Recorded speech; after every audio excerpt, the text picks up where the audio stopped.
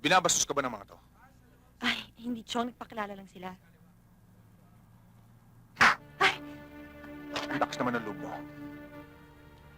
Kapag nakita kitang nagpag-usap sa pamangkin ko, tutuluyan Chong, kita. tama ho yan! Chong, tama Ikaw! ho! Chong, tama na! Sumakay ka na. Sige na! Tandaan mo to. Oka, Magno, pasensya na kayo, ha? Sige.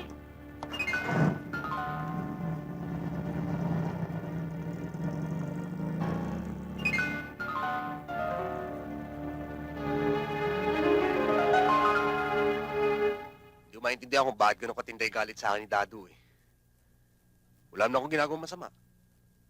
Ginagala ko naman si Abigail.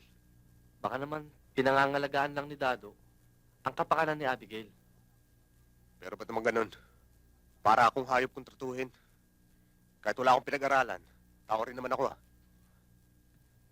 Nagtataka nga rin ako eh.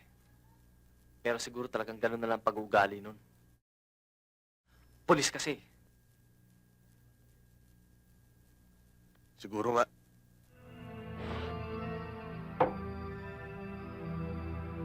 Kailangan mo magpapawis bukas, Daniel. Eksaktong alas 12:30. Kailangan nandudun ka na sa tapat ng Marbella Court. Tatapusin ni Among kanyang meeting ng eksaktong 1:00. Parang cigarette lighter lang yan. Disposable pagkatapos gamitin. Isaksak mo to sa utak mo, Daniel.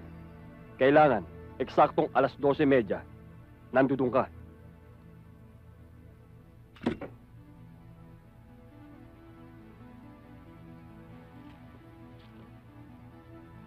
Hindi basta gantengan ang kausap mo. Huwag ka makulit.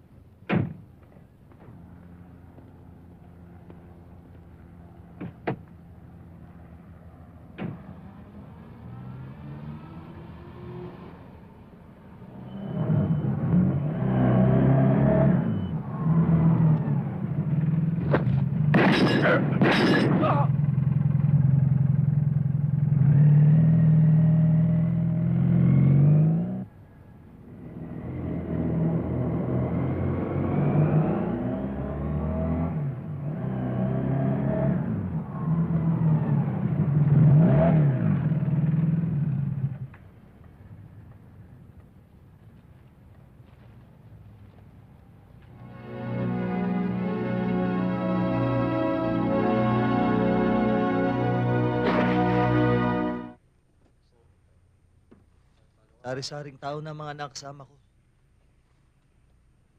Lahat, pinasukan ko na. Para mabuhay lang. Sinira ang direksyon ng buhay ko ng ama ko.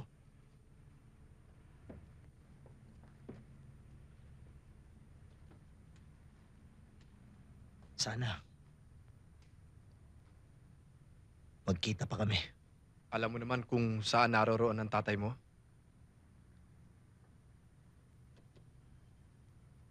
Sa Olongaporao. Pinuntahan ko na siya doon eh. Hinanap ko siya. Pero hindi kami nagkita.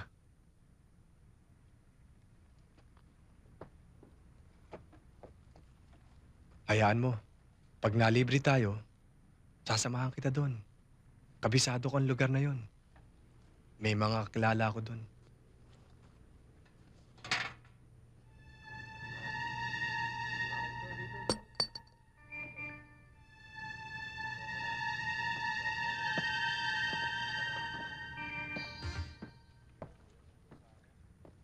Oh, teka, Ano ba? lagay nyo na rito. Matutulog na ako!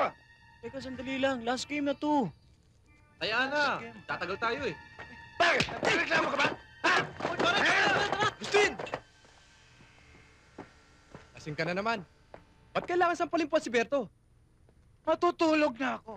Nagsusukol pa sila sa higang ko. Pinabastos ako. Anong gusto mo gawin ko? Ha? Bakit?